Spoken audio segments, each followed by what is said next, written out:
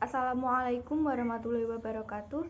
Perkenalkan, nama saya Alia Muhammadunisa dari Program Studi Manajemen Zakat dan Wakaf kelas 3B, nomor induk mahasiswa 212141049. Video ini saya buat untuk memenuhi ujian tengah semester pada mata kuliah Tafsir Ayat Ekonomi. Langsung pada surat yang pertama, yaitu surat Al-Ghafir ayat 17.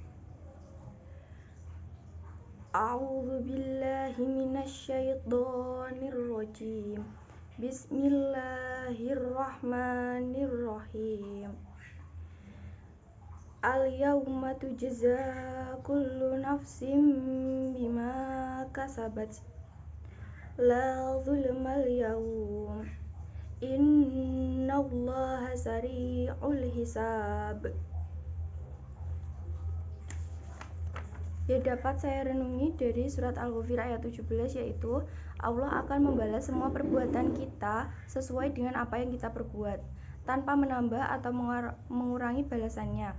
Hisab yang dilakukan Allah tidak akan salah karena Allah adalah yang maha adil, sehingga perbuatan baik akan dibalas dengan yang baik tanpa dikurangi, dan perbuatan jahat akan dibalas sesuai dengan perbuatan jahatnya tanpa dilebihkan, sehingga tidak akan ada yang dirugikan atau dianiaya pada hari perhitungan tersebut.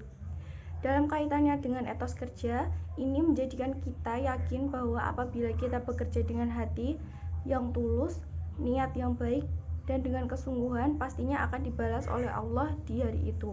Dan kita tidak perlu ragu tentang balasan Allah atas apa yang kita kerjakan di dunia.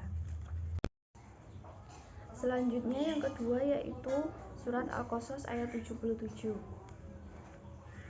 A'udzu billahi minasyaitonir rajim. Bismillahirrahmanirrahim.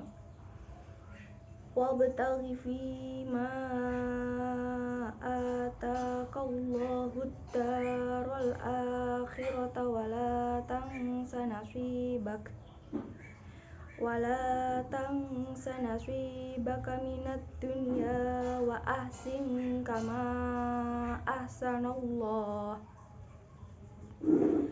ahsanallahu ilaika wa la tabghil fasada fil ard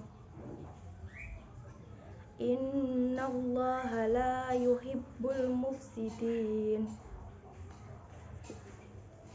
Renungan yang bisa saya ambil yaitu ayat ini memberitahu manusia bahwa Allah juga memerintahkan manusia untuk memperhatikan dunianya juga, tidak selalu berfokus hanya pada akhiratnya. Manusia diminta untuk bekerja untuk kebutuhannya di dunia, bukan hanya untuk kebutuhan pokok, namun juga hal-hal lain yang dapat menunjang hidupnya. Maksudnya adalah agar manusia dapat memanfaatkan harta hasilnya bekerja untuk menjalankan perintah Allah untuk kepentingan akhiratnya. Dalam kaitannya dengan etos kerja adalah bahwa manusia harus bekerja atau berusaha untuk hidupnya, untuk mencukupi dirinya dan bertujuan mendekatkan diri kepada Allah. Selanjutnya yaitu surat An-Nisa ayat 9. A'udzu billahi minasyaitonir rajim. Bismillahirrahmanirrahim. Wal yakhshal ladzina law taraku min khalfihim dzurriyyatan di'afan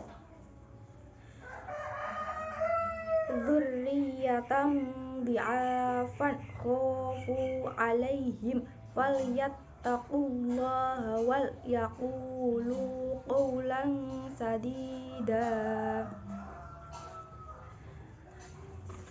Yang dapat saya renungi dari surat An-Nisa ayat 9 yaitu peringatan bagi orang-orang yang telah mendekati akhir hayatnya untuk tidak menyulitkan kehidupan orang-orang yang ditinggalkan, untuk selalu bertakwa kepada Allah dan berbuat baik kepada anak yatim dengan menyayangi mereka seperti anak kandungnya. Dalam kaitannya dengan usaha melindungi kelompok rentan adalah bahwa setiap manusia semasa hidupnya harus membantu sesamanya yang kesulitan, yang lemah, atau yang membutuhkan dengan keikhlasan seperti kepada anak kandungnya sendiri. Dan ketika nantinya ia meninggal, manusia tidak boleh menyebabkan kesulitan untuk orang-orang yang ditinggalkannya. Selanjutnya yaitu surat Ibrahim ayat 7. A'udzu billahi minasyaitonir syaitonir rajim. Bismillahirrahmanirrahim. Wa idz ta'adzana rabbukum la in syakartum la azidannakum wa la in kafartum inna adzabi lasyadid. Renungan yang bisa saya ambil dari surat Ibrahim ayat 7 yaitu kita diminta untuk bersyukur kepada Allah atas segala nikmat dan pemberiannya, maka akan ditambahlah kenikmatan itu untuk kita. Bentuk rasa syukur kepada Allah adalah dengan menyedekahkan sebagian pemberian Allah untuk membantu orang yang membutuhkan dan memanfaatkannya untuk berbagai hal yang bertujuan mendekatkan diri kepada Allah. Namun jika kita tidak mau bersyukur, maka Allah akan membalas perbuatan kita dengan balasan yang keras. Selanjutnya yaitu surat Al-Baqarah ayat 188. A'udzu billahi minasyaitonir rajim. Bismillahirrahmanirrahim. Wala ta'kulu amwalakum bainakum bil batili wa tudlu biha ilal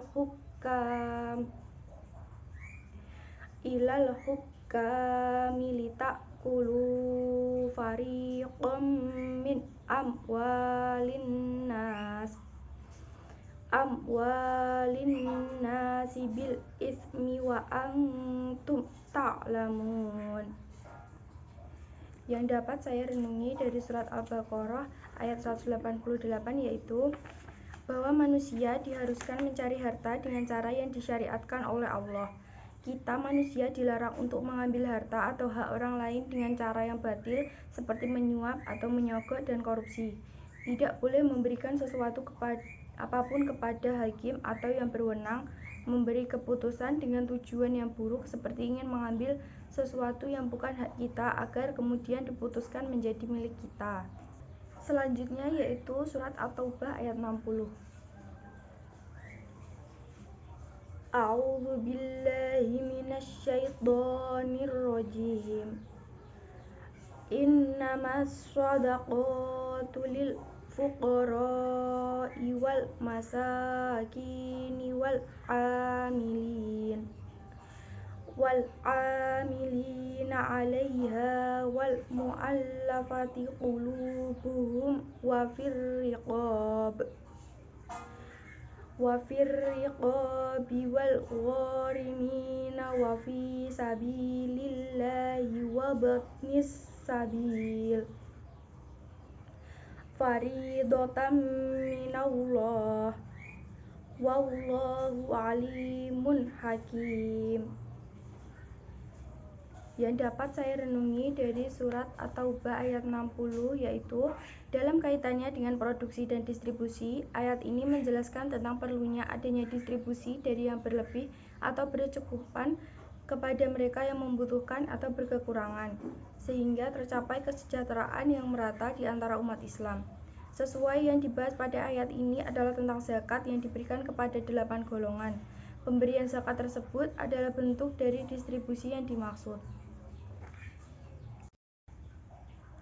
Sekian video dari saya mohon maaf apabila ada kesalahan dalam membaca atau suara yang mengganggu. Kurang lebihnya saya mohon maaf dan terima kasih. Wassalamualaikum warahmatullahi wabarakatuh.